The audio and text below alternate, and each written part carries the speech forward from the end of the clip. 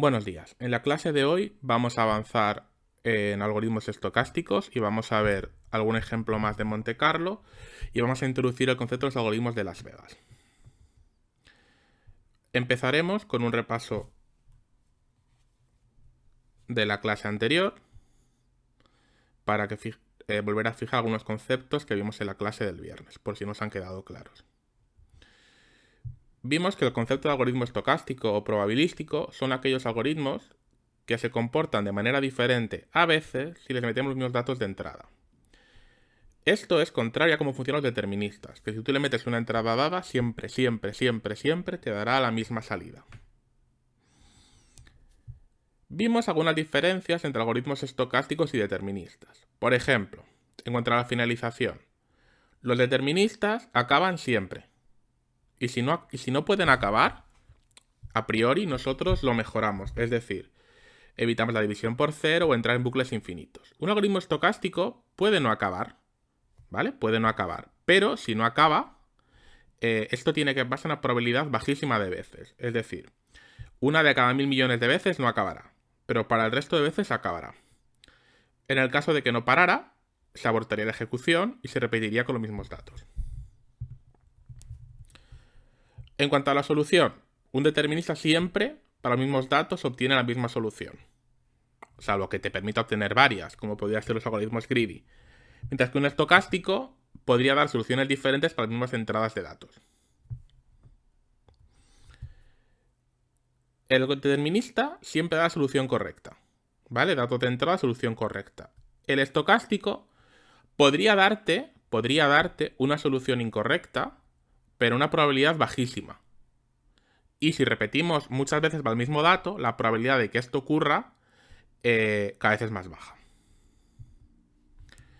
La eficiencia computacional de los deterministas a veces es complicada, para los estocásticos es complicadísima. Y los estocásticos podemos permitirnos que a veces calculen una solución equivocada, porque sabemos que la probabilidad de que esto pase es bastante reducida. Un determinista no podemos permitirnos que tarde mucho tiempo, porque en un momento dado podría fallar el hardware, y aunque podría dar una solución correcta, al fallar el hardware la solución es equivocada.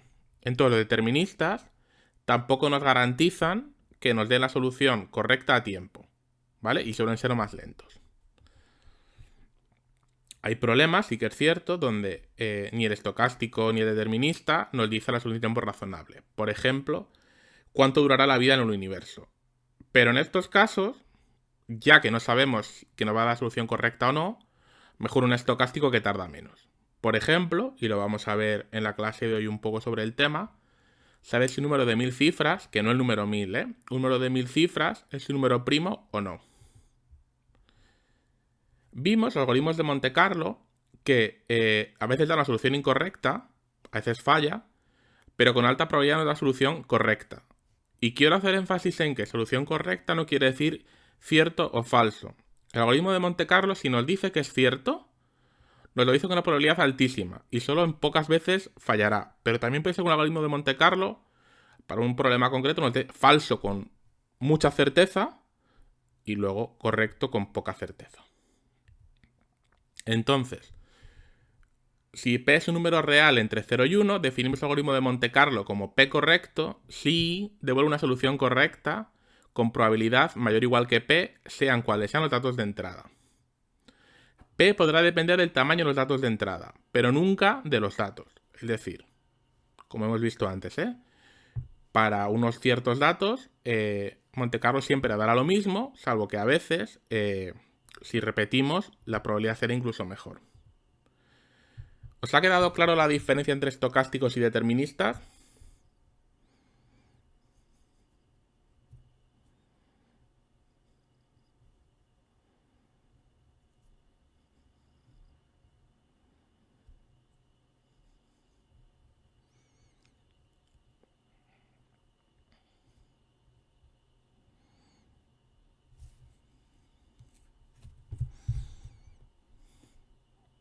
Repito, ¿os ha quedado clara la diferencia entre algoritmos estocásticos y deterministas?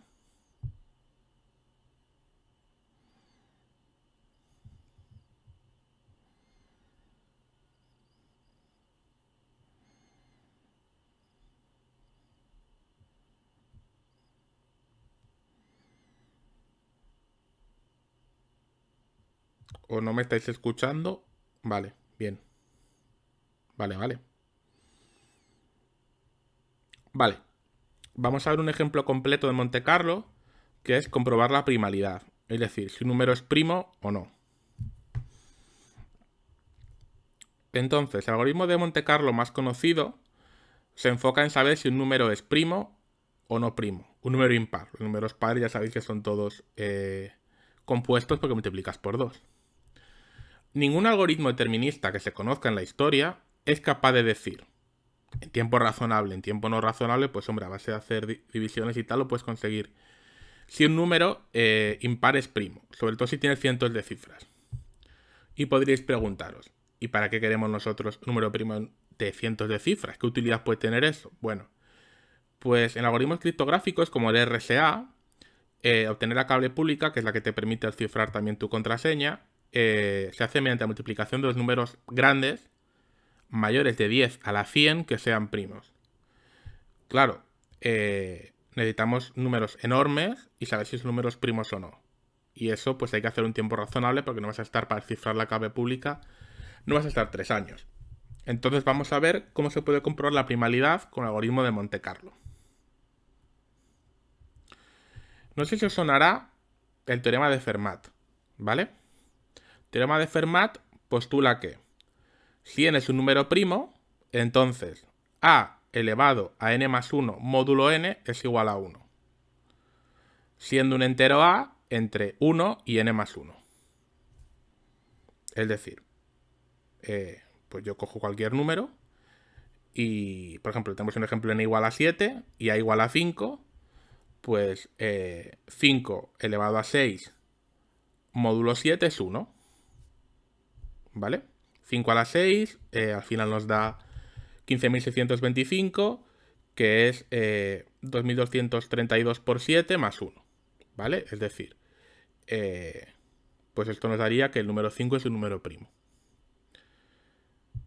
Y hay un enunciado contrarrecíproco, ¿vale? Si a y n son enteros tal que a entre 1 y n menos 1, y a n menos 1 módulo n distinto de 1, n no es primo. ¿Vale? Es el contrarrecíproco. Nosotros podemos probar esto con un número y entonces podemos saber cuándo un número es primo y cuándo un número no es primo. ¿Os sonaba el teorema de Fermat?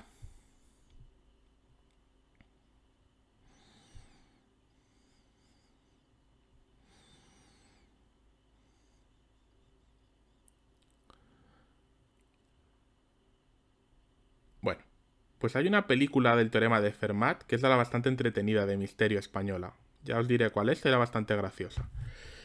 Graciosa en plan de que estaba bien, no que era graciosa en plan cómica. Bueno, pues este es el... sí, la peli que digo yo. La primera vez se ha elevado a n más 1. La segunda vez se ha elevado a n menos 1. Es diferente lo de arriba que lo de abajo. Arriba es el teorema. Abajo es el contrateorema.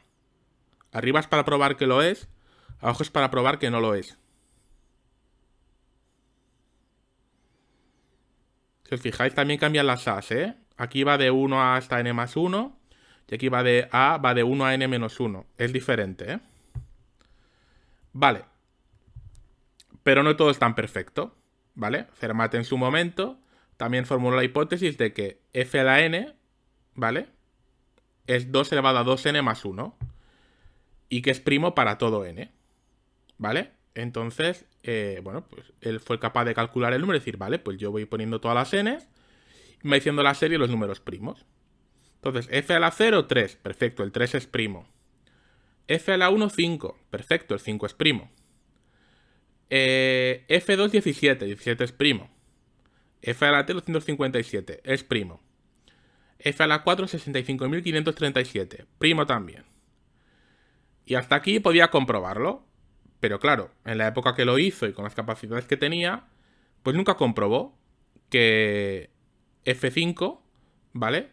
Que es 429, bueno, un número enorme, ¿vale? A ver si soy capaz de leerlo.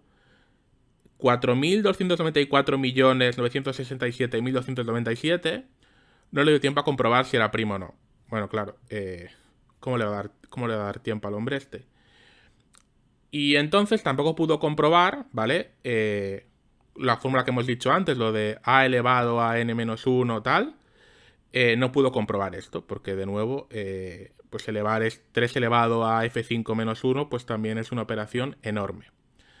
No pudo comprobarlo, ahora sí que lo hemos podido comprobar nosotros, que si haces 3 elevado a n-1 módulo de n, pues es distinto de 1, por tanto f5 no es primo.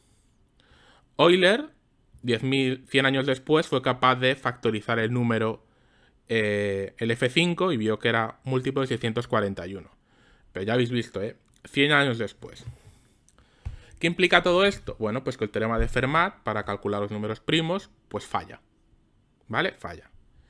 También es cierto, hay que ser un poco indulgentes con Fermat, pues hombre, en su época bastante hizo con formular su teoría y probarla para ciertos números. Pensad que hace tantísimos años no teníamos ordenadores, no teníamos nada para comprobar estas cosas. Entonces, bueno, pues es una teoría que promulgó, pero que por las razones que sean, pues no era del todo correcta. Pero bueno, se ha seguido investigando en el tema, Entonces, años más tarde, siempre a posteriori todos somos unos cracks, podemos usar este teorema para comprobar la primalidad, ¿vale? Fermat lo tenía que haber visto que existe un A entre 1 y f5 menos 1, tal que a elevado a f5 menos 1 módulo de f5 es distinto de 1. Aquí me falta un elevado, Pero lo voy a poner ahora para que luego así no se nos fastidie. Ah, vale, ya sé cuál es el problema.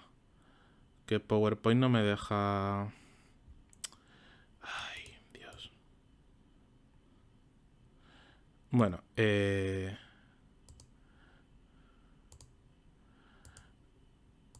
bueno, asumid que eso está así. Vale, Fermat solamente tenía querido comprobar que existe una entre 1 y f5 menos 1, tal que contra recíproco se cumple. A partir de esto, somos capaces de hacer el siguiente pseudocódigo, ¿vale?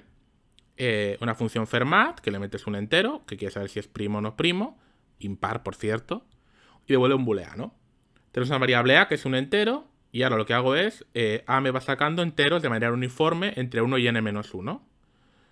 Si hacemos la operación a n-1 módulo n igual a 1, me devuelve verdad, y si no me devuelve falso, ¿vale? Simplemente es lo que es. Y al final, cuando hemos recorrido todos los enteros, pues al final veremos lo que pasa. Si devuelve falso, que es lo que a nosotros nos interesa, es que sabemos que ese número no es primo. Si devuelve verdad, bueno, pues lo que hay que hacer es seguir iterando. Recordad que tenemos este sería contrarrecíproco, ¿vale? Es decir, si nosotros devolvemos falso es cuando podemos estar seguros de que ese número no es primo. Si devuelve cierto, por la hipótesis de la teorema de Fermat que hemos visto antes, ¿vale? Esto no lo comprobó del todo, pero sí que es cierto que si nosotros comprobamos lo del a n-1 módulo de n distinto de 1, sí que sabemos que no es primo, ¿vale? Por eso nos tiramos por ahí.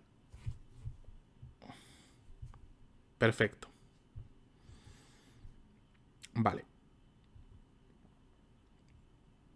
Entonces, pues tenemos este algoritmo, este pseudocódigo, y lo evaluamos y lo que nos dé. Sí que es cierto que calcular a n-1 módulo z puede ser algo computacionalmente más o menos complejo. Entonces, nosotros tenemos una función que se llama potencia iterativa, que si metemos el a, el n y el z enteros, me devuelve un entero, y es simplemente como hacer esta operación de manera más o menos sencilla, ¿vale? Tenemos variables igual a n, x igual a a, r igual a 1.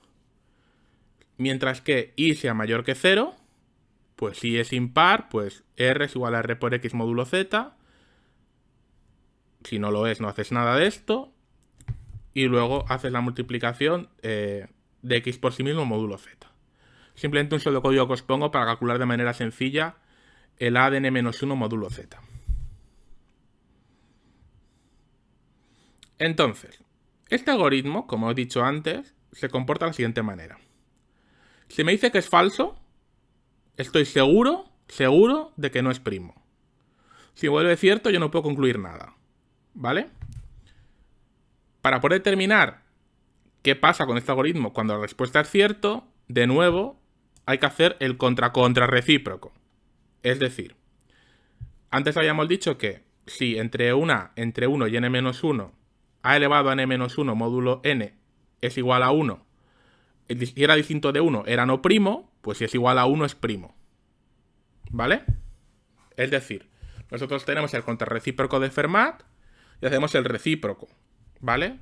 El contrarrecíproco era que a n-1 módulo n distinto de 1 me dice que no es primo, y esto, si lo dice, es seguro que no es primo, pero si es cierto, no puedes concluir nada. ¿Vale? Pues bueno, para determinar lo que pasa cuando es cierto, evaluamos el inverso. ¿Qué pasa cuando es igual a 1? Pero esto, de nuevo, falla en casos triviales, ¿vale? Por ejemplo, si tienes con a igual a 1, ¿vale? Pues falla para n mayor o igual que 2. Y para todo impar n mayor que 3 también falla, ¿vale? Es decir, el teorema de Fermat, el contrarrecíproco, bien programado, te dice con fiabilidad total cuando un número no es primo. Pero cuando el número es primo, es incapaz de decirte nada, ¿vale? Sobre todo cuando sea cierto. ¿Os acordáis cómo hacíamos el otro día para aumentar la probabilidad de que algo fuera cierto? No digo, o sea, que algo sea correcto. ¿Cómo hacíamos con los algoritmos el otro día de Freivalds para aumentar las probabilidades de que nuestra solución sea confiable? ¿Cómo hacíamos el otro día?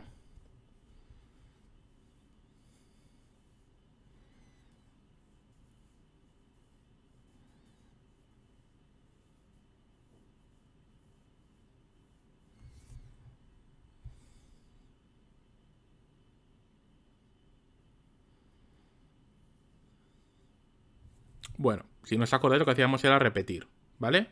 Hacer varias iteraciones.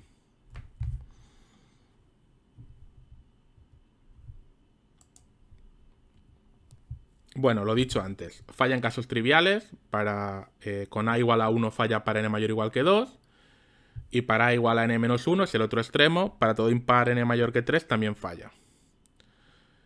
Y podría preguntar a alguien, ¿y falla también el teorema de Fermat el recíproco en casos no triviales? ¿Vale? Los triviales serían los extremos. Pues sí, se ha demostrado también, por ejemplo, que 4 elevado a 14 módulo 15 es igual a 1, que debería decirte que es un número primo, pero sin embargo no es primo. Lo que quiero que os quedéis con esto no es en el teorema de Fermat en sí, sino como ciertos algoritmos nos dicen con probabilidad total una de las dos soluciones, cierto, no cierto, y la otra nos la dan con probabilidad bajísima. ¿Eso os queda claro? Que hay algoritmos que son para determinada salida con una alta fiabilidad y para otra determinada salida un poco aleatorio. ¿Os queda claro esto?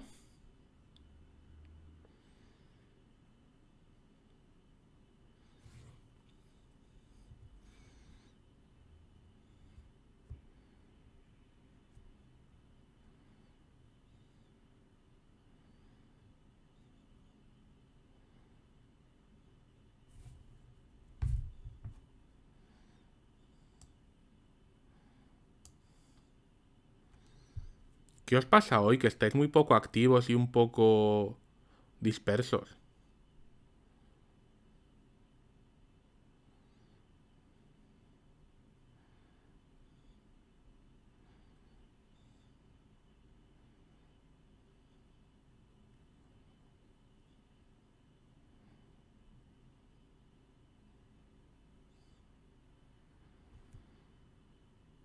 Bueno, yo avanzo, ya os miraréis el vídeo y ya me diréis luego dudas, pero que...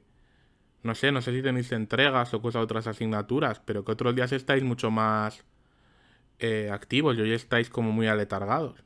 Espero que todo vaya bien. Bueno, yo avanzo. Entiendo que estáis escuchando y mirando, si no, pues oye, mira, lo podéis mirar en vídeo esta tarde.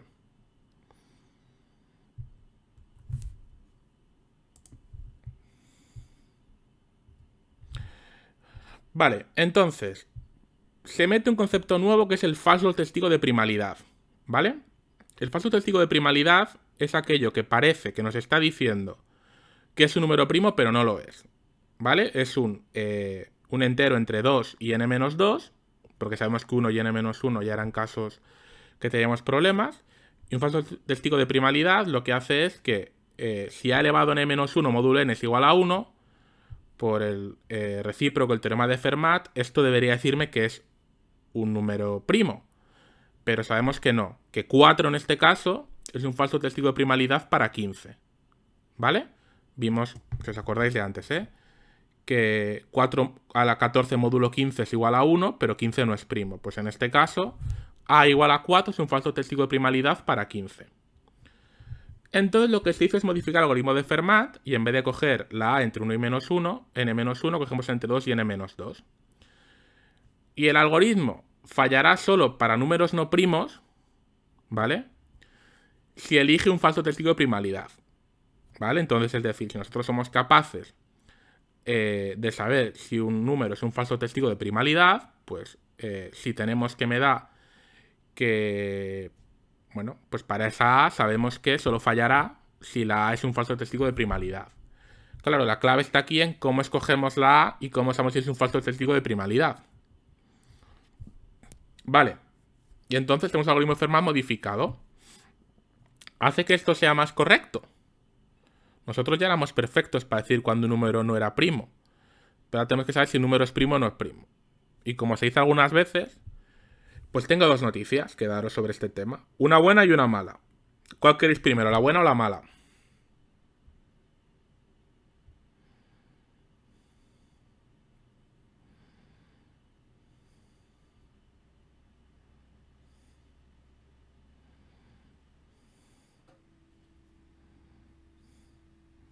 Venga, va. En los momentos que estamos, primero la buena.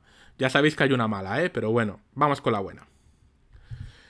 La buena es que hay pocos falsos testigos de primalidad, ¿vale? O sea, no hay que mirar muchísimo, no hay muchísimos testigos de primalidad. La mala noticia, la mala noticia de esta buena noticia es que solo 5 de los 332 números impares no primos menores de 1000 carecen de ellos. Es decir, bueno, pues hay algún problemilla, ¿vale? Lo bueno es que más de la mitad de ellos solo tienen 2 falsos testigos. Y menos del 16,5% tienen más de 15. Es decir, tampoco hay tantísimos falsos testigos para cada número. En probabilidad, ¿vale? La probabilidad media de error sobre números impares no primos menores de 1000 es menor que 0.033, que es poquísimo. Y para números mayores de 1000 es aún menor. Con lo cual, bueno, usarlo el falso testigo de primalidad para mejorar el algoritmo del teorema de Fermat es una buena idea. Pero dijimos que había buenas noticias y también hay malas noticias. Vamos con las malas noticias. Hay números no primos que tienen muchísimos falsos testigos de primalidad, ¿vale? Y esto va en contra de lo que dice Monte Carlo, que con alta probabilidad encuentra la solución correcta sea cual sea la entrada. Por ejemplo, 561, ¿vale? Que es un número no primo, admite 318 falsos testigos. Es decir, habría que hacer la iteración desde 2 a 560 y en 318 de los casos me daría que es número primo cuando realmente no lo es. Es decir, bastante fail. Y evaluar Fermat sobre ese número enorme que está ahí, que no voy a leer porque me voy a liar, devuelve que es cierto, ¿vale? De que es primo, con probabilidad mayor que 0.999965, siendo un número no primo. Por tanto, esta solución que habíamos hecho de 2 a n-2 y con los falsos testigos, pues podemos demostrar que el algoritmo de Fermat no es p correcto para ningún p mayor que 0. Y en este caso, a diferencia de lo que hicimos el otro día, aunque hagamos la repetición, no podemos disminuir la probabilidad de error. Por tanto, pues nos hemos quedado un poco con nuestro gozo en un pozo, ¿vale? Hay que buscar otro camino para salir de este atolladero. Bueno, siempre hay una solución, ¿vale? Fermat en su día postuló lo que pudo, pero hay gente que ha trabajado en el tema, ¿vale? Como Miller y Rabin. Entonces, hay una reformulación del teorema de Fermat, donde si n es un entero impar mayor que 4 y primo, se verifica que b de n es igual a elevado a t módulo n igual a 1, unido a que si existe un i entero, tal que i entre 0 y s, si yo hago la elevación de a la 2 it módulo de n, es igual a n menos 1. Para todo trío de enteros a, s y t, tal que a entre 2 y n menos 2, y n menos 1 es igual a 2 elevado a st módulo con t impar. Simplemente tenéis que creeros esto, ¿vale? O sea, no tenéis que crearos este algoritmo que es tal y como lo postularon en su momento. Tengo que revisar, por cierto, la fórmula esta de abajo porque sea 2st módulo de algo, ¿vale? Entonces tengo que mirármelo. Bueno, os queréis este algoritmo. Como siempre, necesitaríamos entonces el recíproco, ¿vale? Como vimos con el Fermat, el recíproco de Fermat. Entonces, si tenemos unos enteros n, s, t y a, tal que n mayor que 4, siendo n menos 1 igual a 2 elevado a st, con n y t impares, si tenemos a entre 2 y n menos 2 y verificamos b de n es primo. Esto simplemente podemos pensar como el inverso de lo que hemos visto antes. Y hasta aquí estábamos contentos, pero resulta que tampoco es cierto, ¿vale? Hay números que verifican todo esto de aquí arriba, ¿vale? Y n no es primo. Por ejemplo, n289 con a158 con s5 y t9, ¿vale? Si hacéis esta comprobación, ¿vale? Os va a dar la verificación del BDN, ¿vale? Pero resulta que el número no es primo. Y entonces podríais pensar, oye Jorge, nos estás mareando un poco porque nos estás contando la tira de cosas, no fáciles, por cierto, entiendo, pero es que todos los caminos que están pegando al final llegan a soluciones que no son perfectas.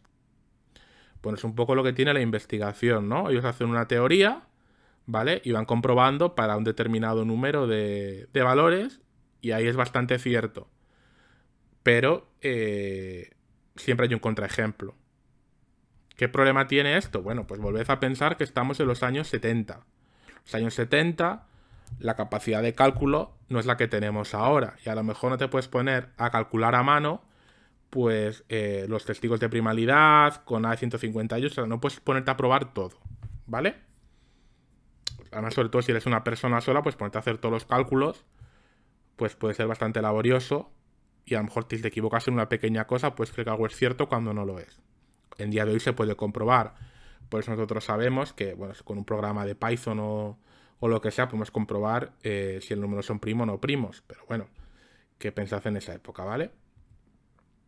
Entonces, y el concepto nuevo es el concepto del pseudoprimo, ¿vale? Si n y a, siendo n el número y a el posible falso testigo de primalidad, si n y a son excepciones del recíproco del teorema, se dice que n es un pseudoprimo en el sentido fuerte para la base a y que a es un falso testigo de primalidad para n en el sentido fuerte. Es decir, aquellos casos donde el teorema no se cumple se denominan en que n es un pseudoprimo, es decir, no es primo del todo, en sentido fuerte para la base a, y que hace un falso testigo de primalidad para n en el sentido fuerte. Son conceptos. ¿Cómo evaluamos BDN? Bueno, pues aquí tenemos el código de BDN, ¿vale? Tenemos el código del BDN. No voy a entrar en decir el código línea a línea, porque tampoco tiene mucho sentido, y en el fondo lo que hace es la misma fórmula que os he explicado antes, ¿vale?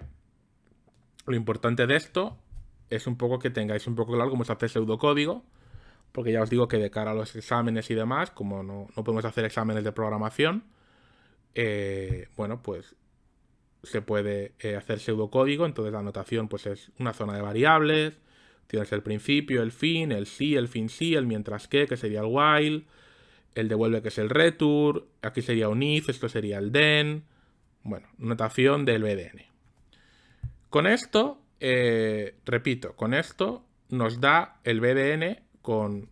nosotros tenemos una base A y n, que es el número entero que queremos saber si es primo o no primo, y devuelve un booleano.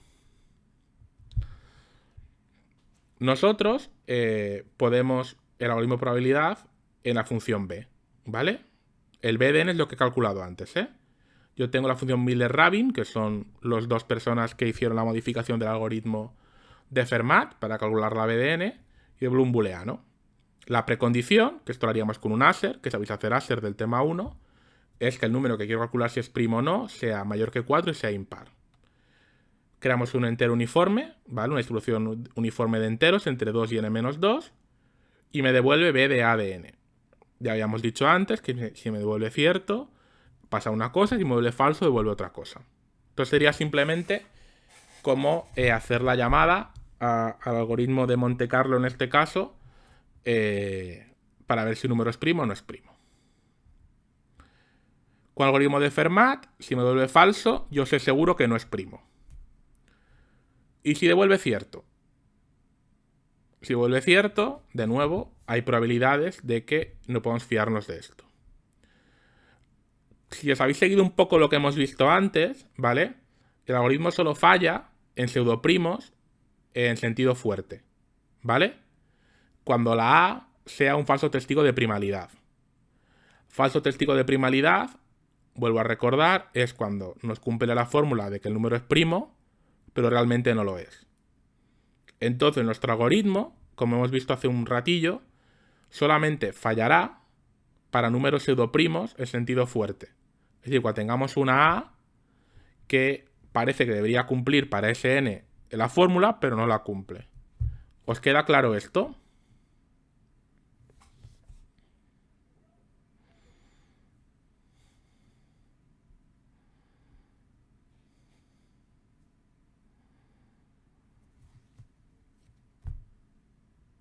Quiero que os quede claro una cosa, de que nosotros lo que queremos aquí nos vale tanto que nos diga que sea primo con mucha probabilidad o que nos diga que no es primo, ¿vale? Con saber que no es primo ya somos felices para lo que queríamos hacer de la clave RSA para la clave pública. Si tenemos un algoritmo que nos dice siempre bien que algo no es primo, bueno, pues ya tenemos algo ganado. Vale, entonces, antes teníamos la mala noticia de que había muchos falsos testigos de primalidad, ¿vale? Para el número 500 algo había casi 300. La buena noticia es que los falsos testigos de primalidad en sentido fuerte son mucho menos que los testigos de primalidad en sentido normal, ¿vale? Por ejemplo, como buena noticia, en los impares no primos menores que 1000, la probabilidad de tener un falso testigo en sentido fuerte es de 0.01, es decir, bajísima. Y más del 72% de los números no primos enteros impares menores que 1000 no tiene ningún falso testigo en sentido fuerte, ¿vale? Es decir, nosotros estaremos bastante seguros de la respuesta. Cierto es que todos los impares no primos entre 5 y 10 a la 13 fallan como pseudoprimos para las bases 2, 3, 5, 7 o 61, ¿vale? Pero bueno, comprobar una de estas bases ya no tenemos que probar todas las A's, tenemos 5 bases. Es mucho más sencillo, ¿vale?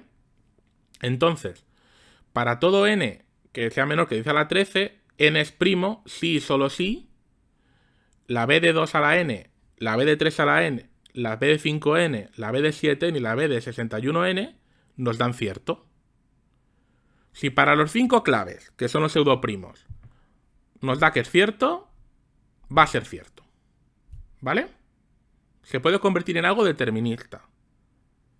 No sé si lo veis esto, es decir, en vez de tener que comprobar todas estas A's entre 2 y n-2, si nosotros somos capaces de mirar estos 5 números, 2, 3, 5, 7, 61, y para estos 5 números,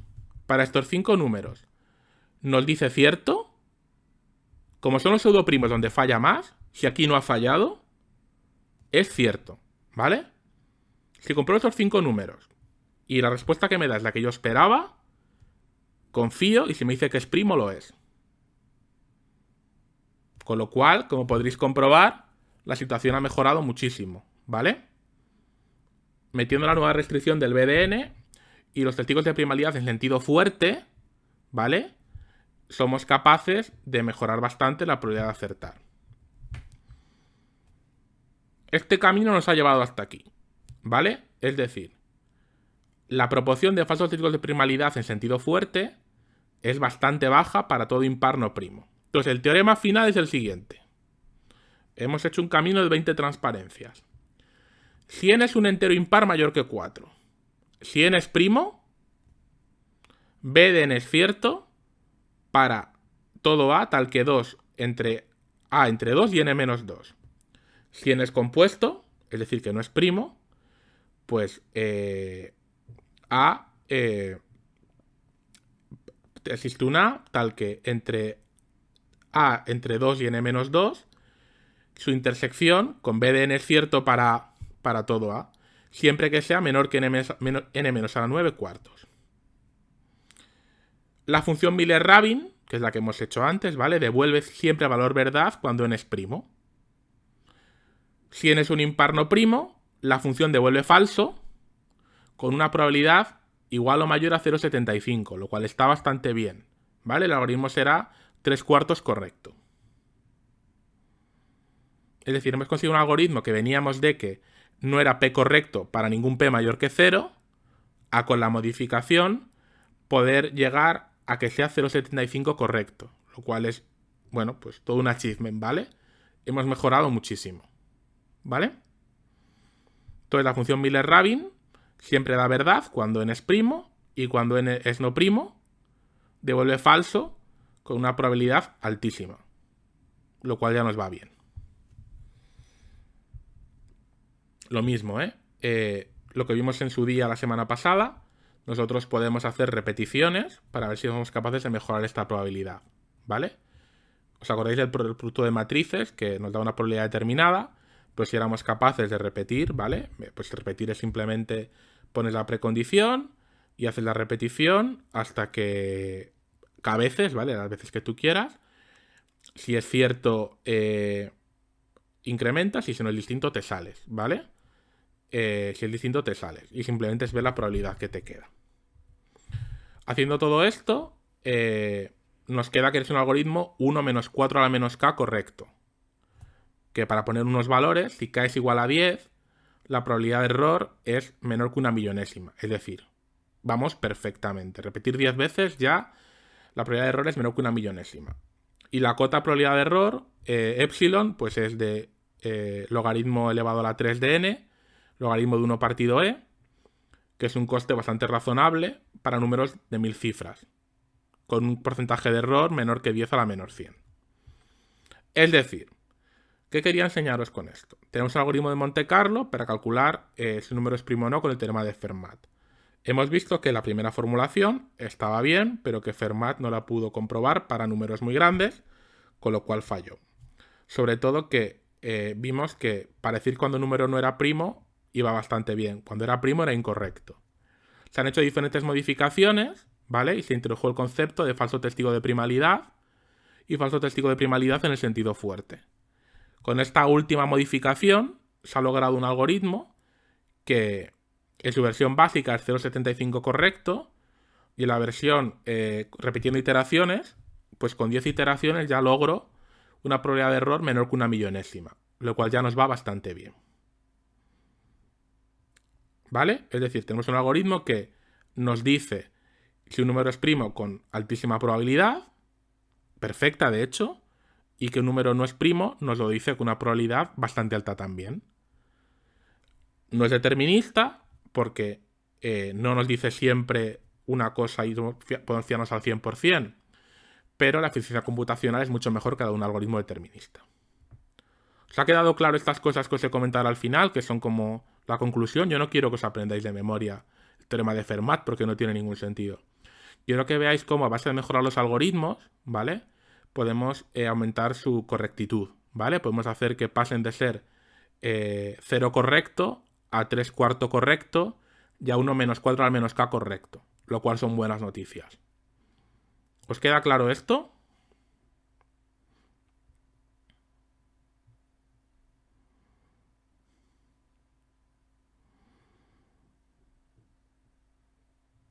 Vale. Pues ahora hemos visto Monte Carlo y seguimos con las ciudades del juego y nos vamos a Las Vegas, ¿vale? Vamos a ver una pequeña introducción de los algoritmos de Las Vegas. Veremos algún ejemplo práctico en la clase del viernes. Los algoritmos de Las Vegas, no sé si os acordáis de lo de Cristóbal Colón de hace 2 días, pero el algoritmo de Las Vegas, cuando preguntábamos cuándo se ha descubierto América, cuando no lo podía calcular nos decía no puedo, ¿vale? Mientras que Monte Carlo nos decía una solución que podía ser cercana a la real o una salida de pata de banco enorme, el algoritmo de Las Vegas nunca da una solución falsa, ¿vale? Te dice antes que no hay solución que da una solución falsa, ¿vale? Y es capaz de tomar decisiones al azar para encontrar una solución antes que un algoritmo determinista. Hay 2 tipos de algoritmos de Las Vegas, según la probabilidad de no encontrar una solución. Tenemos los que siempre encuentran una solución correcta, aunque las decisiones al azar no sean afortunadas y la eficiencia disminuya, que son los algoritmos de Sherwood, y los que a veces, debido a decisiones desafortunadas, no encuentran una solución. ¿Vale? Los del tipo A, siempre hay una solución correcta, aunque a veces no sean afortunados las decisiones que toman, por tanto a veces son poco eficientes, y los tipo B, que son más eficientes, pero que a veces no encuentran soluciones. ¿Os suena de algo el nombre de Sherwood?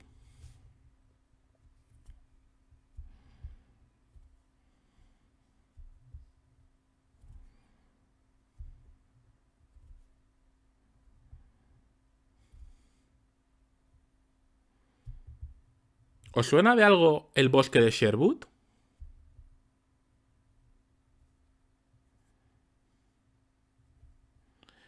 Es un bosque. ¿Y dónde habréis escuchado hablar de ese bosque? A ver, a lo mejor es que yo soy un poco más joven que vosotros. Pero es el bosque donde transcurre la película Robin Hood. ¿Vale? Entonces, algoritmos de Sherwood a lo mejor tiene algo que ver con Robin Hood. ¿Qué hacía Robin Hood? ¿Cuál era el lema? La manera de actuar de Robin Hood. ¿Cuál era? ¿Por qué Robin Hood hacía lo que hacía?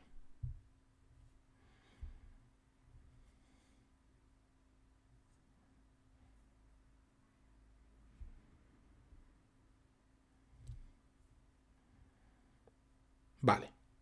Pues un poco vamos a hacer eso. Vamos a quitar dinero a los ricos y vamos a dárselo a los pobres. En este caso, los ricos son los que tardan poco en tener una solución correcta y vamos a dársela a los pobres, que son los que tardan mucho en hacer solución correcta. ¿Vale? Es un algoritmo más o menos justo. Vale. Entonces, los algoritmos de Las Vegas, los de Sherwood, siempre hay una solución determinista que es más rápida en media que el peor caso. ¿Vale? Por ejemplo, el quicksort, ¿vale? El coste peor es una sigma de n cuadrado y el coste promedio es o n logaritmo de n. ¿Vale? Es decir, el coste promedio es mucho mejor que el peor caso. ¿Vale? Para hacer el coste medio, no sé si os acordáis de lo que hicimos en el tema 1, se calcula bajo la hipótesis de que todos los datos a la entrada son igualmente probables. Lo cual no es siempre cierto, porque, bueno, o sea, también lo vimos en su día, que meter entradas muy malas debería ser bastante raro. Pero bueno, todo puede pasar. Entonces, los algoritmos de Sherwood lo que hace es eliminar la diferencia entre los distintos datos de entrada, intentando uniformizar la ejecución para las entradas del mismo tamaño. Es decir, en promedio somos iguales, pero lo que estamos haciendo es que ejemplos muy costosos bajan su tiempo de coste de procesado y los que eran muy rápidos perdemos eficiencia para que al final estemos todos en el mismo promedio, pero la diferencia entre los buenos y los malos cada vez sea más pequeña en cuanto a coste. Lo que ha dicho antes vuestro compañero, que se lo quitamos a los ricos para dárselo a los pobres. ¿Qué ventaja tiene esto? Bueno, pues que nosotros sabemos que cuando nosotros introduzcamos un dato de entrada, nuestro tiempo va a acercarse al promedio. Y dirás, jo, qué fastidio, ¿no? Qué fastidio, porque yo realmente era un dato de entrada que era de los que antes estaban por la parte rápida y ahora se me va a la parte media. Pero como he dicho antes, si los datos de entrada son equiprobables, tienes tanta probabilidad de que te dé un dato bueno como un dato malo. Con lo cual, es como tirar una moneda y saber que en el 50% de los casos vas a mejorar lo que tenías. Con lo cual, pues ya no sale rentable. ¿Entendéis un poco la filosofía de los algoritmos de Sherwood?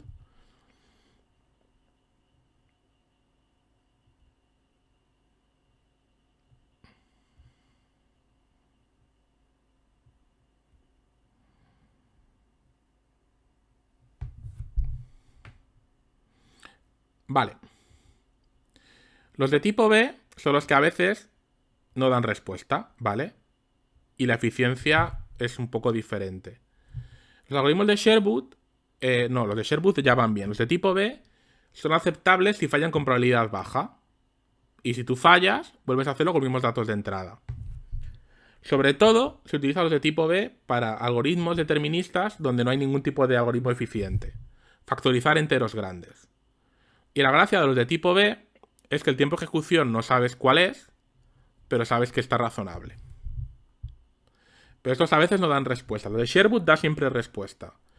Aunque a veces tomen decisiones desafortunadas. Los de tipo B a veces no dan respuesta. ¿Vale? El que vimos el otro día de lo de Colón sería un tipo B, porque no va a dar respuesta alguna vez. Vale, si hablamos de coste, ¿vale?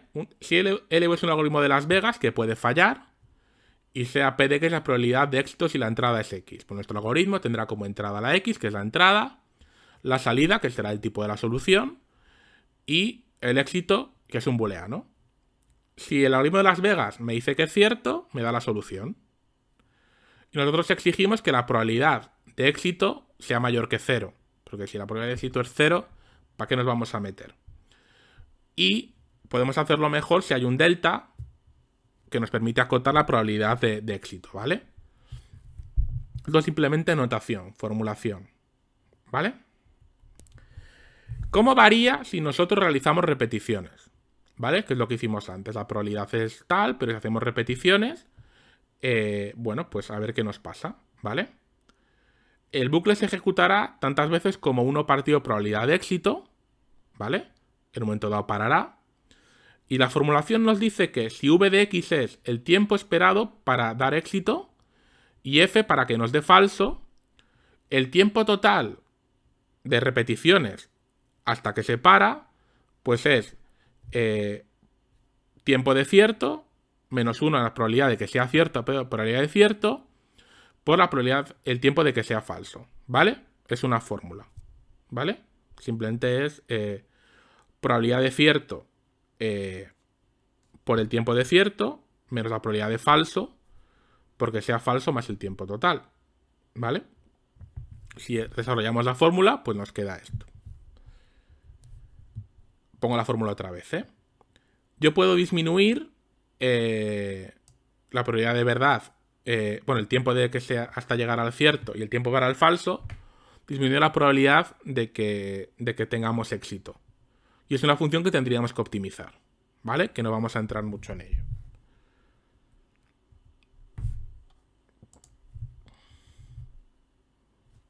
¿Os acordáis de las n reinas?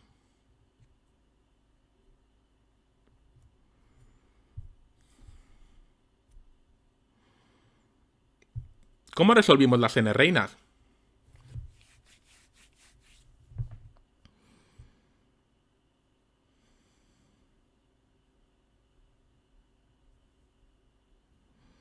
Vale, hacíamos por backtracking, ¿no? Colocábamos una reina en una de las filas y nosotros colocábamos una reina en la siguiente columna, pero en una fila en la que no atacáramos, y así hasta poder colocar una reina en cada columna. ¿Sí? Lo hicimos con backtracking, pues a lo mejor hace ya 2 meses. Pero con esto creo que fue antes del confinamiento. Ya no me queda claro qué ha sido antes y después del confinamiento. Vale. ¿Qué problema tenía el backtracking? El backtracking básico, ¿eh? ¿Qué problema tenía el backtracking básico?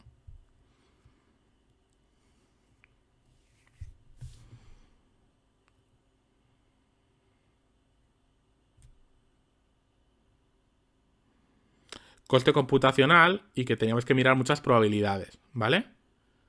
muchas probabilidades en el sentido que teníamos que mirar, bueno, pues muchas posibilidades de ahora la coloco aquí, la coloco aquí, la coloco aquí, la coloco aquí, ¿vale? Que se complicaba un poco el tema. Bueno.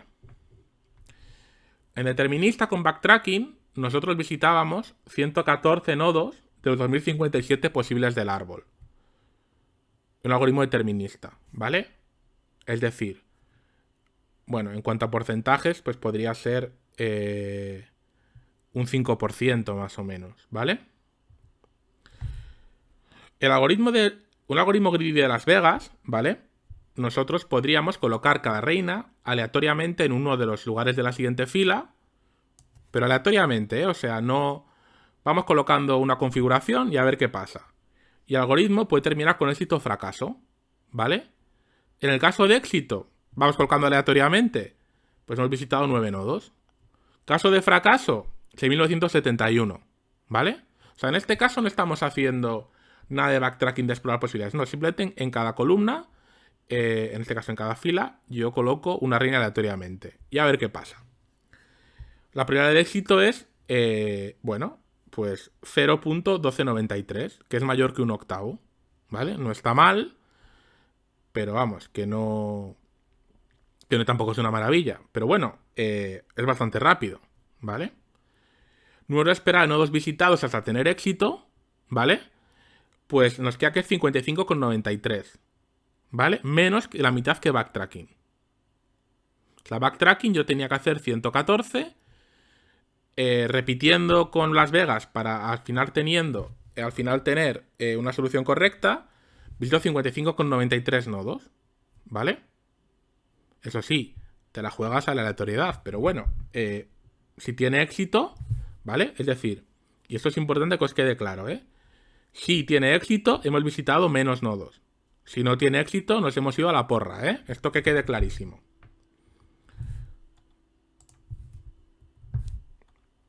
¿Cómo podemos mejorar las técnicas? Bueno, pues podemos combinar greedy con backtracking, ¿vale? Yo coloco unas reinas al azar, que las dejo fijas, y el resto con backtracking.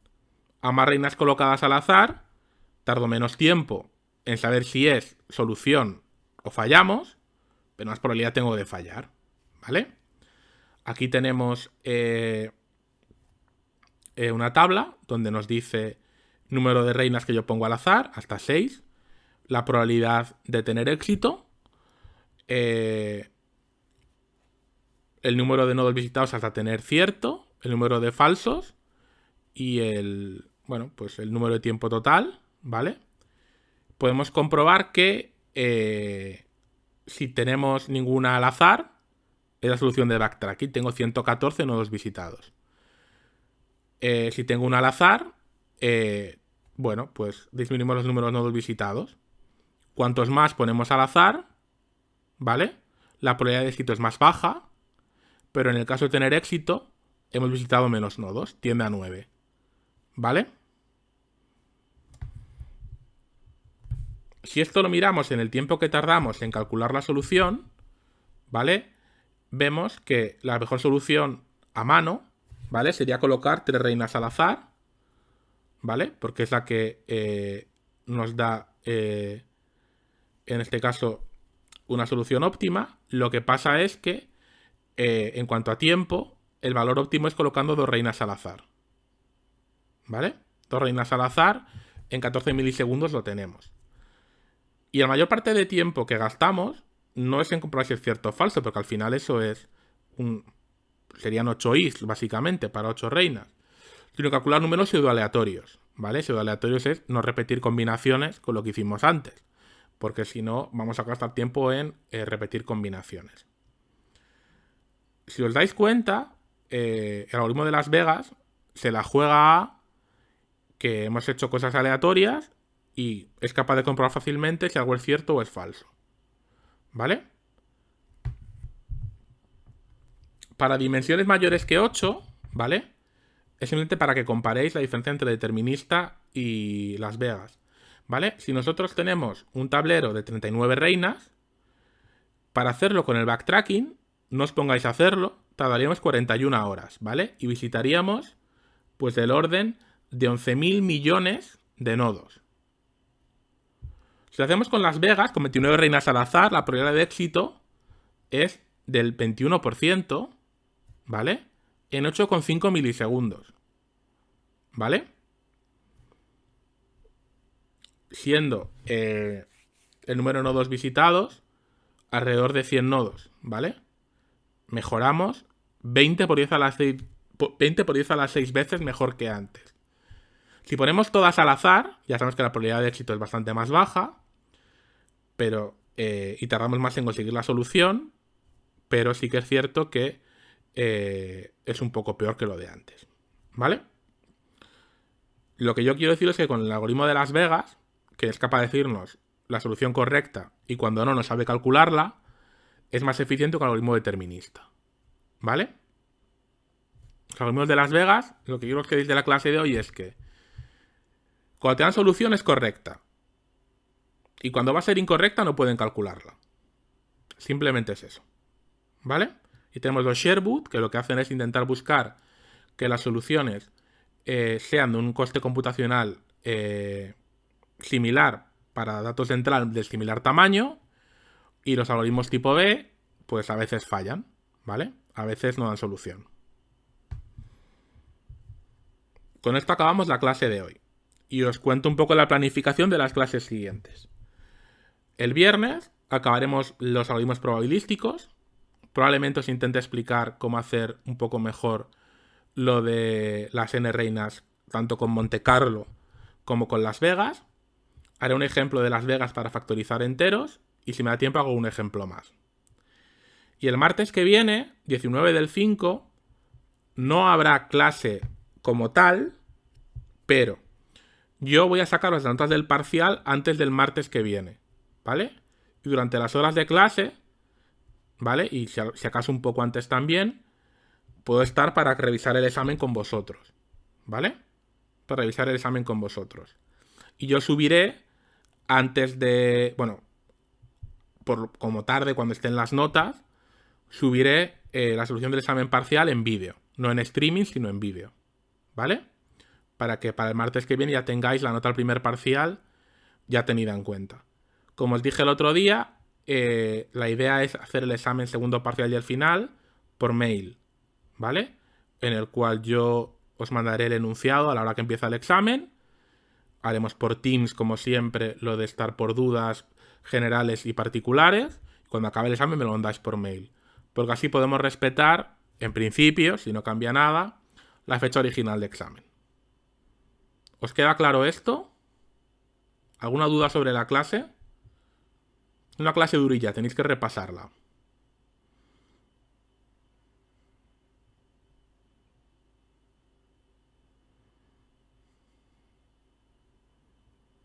Entiendo que el sí es de que os queda claro lo del examen y dudas de momento no. Bueno, ya vendrán las dudas, no os preocupéis, ya estaré yo para responderlas.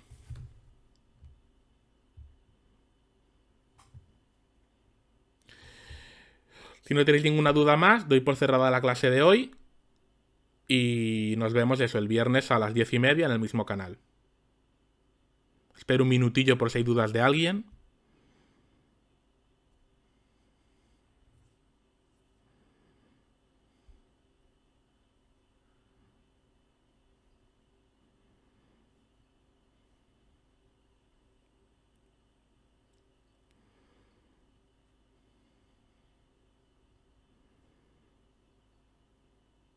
Bueno, si no hay duda, ya sabéis lo de siempre.